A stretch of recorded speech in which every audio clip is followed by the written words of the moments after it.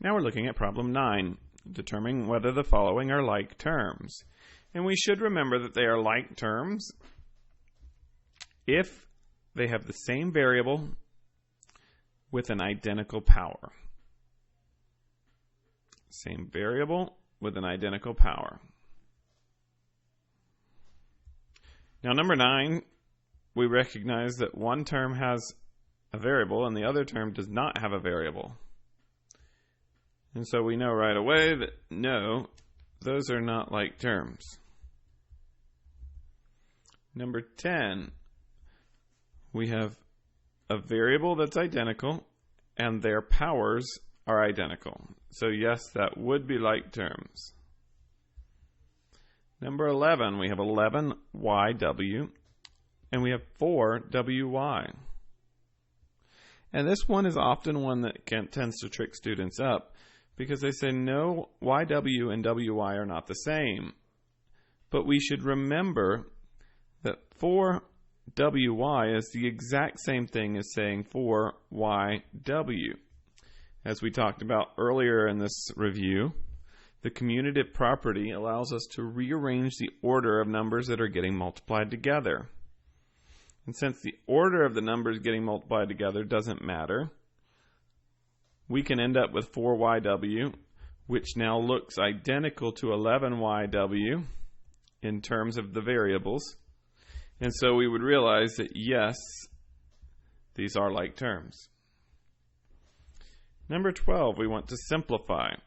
So we are looking to combine like terms.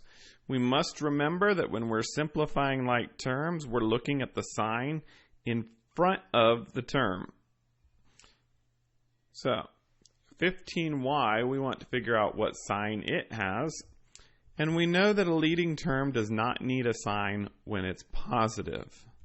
The only time we will need a sign on a first term is if it's negative, so that we know the value is negative. And since there's no sign here, we know that the 15 is positive. So we have a positive 15y, and now we want to look for any like terms. So I also have a 3y. And now I'm going to encourage you to go ahead and run that line back to before where it has a sign, because that sign will help give you an indication of whether or not the value of the number is positive or negative. Here we have it positive, so 15y plus 3y is equal to 18y. Now when we're looking at the x's, we notice that there's this negative sign or subtraction sign. And when we box it, we end up with the number negative 2x. And over here we end up with a negative x that we remember when we don't see a number, there's an understood or invisible 1. So we have negative 2x minus 1x, and negative 2 minus 1 is negative 3x.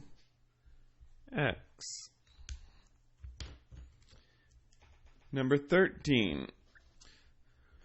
Number 13, we have parentheses, and anytime we have parentheses, we want to remember to first distribute. Now, oftentimes what I will see students do is distribute 3 times x here, and just bring down the minus 5. Remember that when you're distributing to every term inside the parentheses.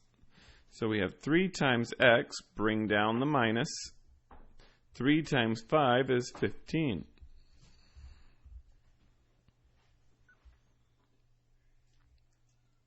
Now, when we start dealing with our second term, I'm going to encourage you to treat the sign with the number. Treat the sign with the number.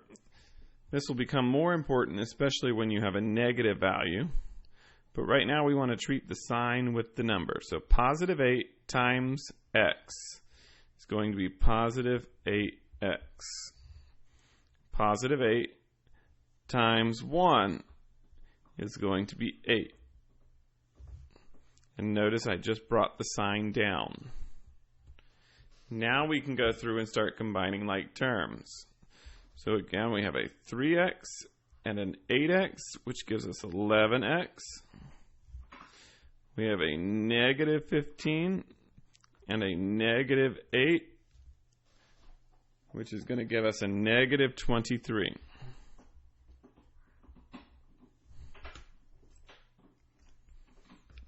Number 14, 12a plus 13b minus 14a. So here we should notice the only like terms are my a's. So we have 12a minus 14a is negative 2a. And since the other term does not have anything to combine it with, we're just left with plus 13b.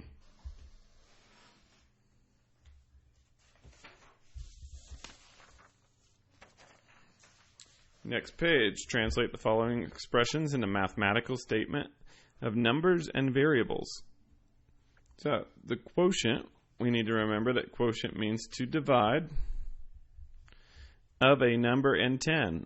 Now, there are a couple of different ways that we can express division. So, I could certainly say a number x divided by 10. Or, it's certainly possible to say a number x divided by 10. I'm quite all right with you expressing it either way. Number 16, the product of 8 and a number. And so we want to remember that product is multiplication. So we have 8 and a number, 8 times x. And we certainly don't need the multiplication sign between those two, so we can simplify that to 8x. The difference of a number and an 11. Now we should remember that difference means to subtract. We have a number being subtracted from 11.